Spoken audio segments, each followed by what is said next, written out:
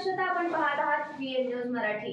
भारतीय जनता पार्टीच्या पाठपुराव्याला यश आले असून महाराष्ट्र राज्य परिवहन महामंडळाची सातारा ते अयोध्या बस सेवा सुरू झालेली आहे। या संदर्भातचे प्रतिक्रिया भारतीय जनता पार्टीच्या कार्यकर्त्यांमार्फत देण्यात आलेली आहे। पाहूयात ही बातमी।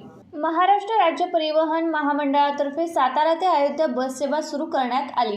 भारतीय जनता पार्टीचे शहराध्यक्ष विकास गोसावी यांनी यासाठी पत्रव्यवहार करून मुख्यमंत्री एकनाथ शिंदे, उपमुख्यमंत्री देवेंद्र फडणवीस यांच्याकडे पाठपुरावा केला होता।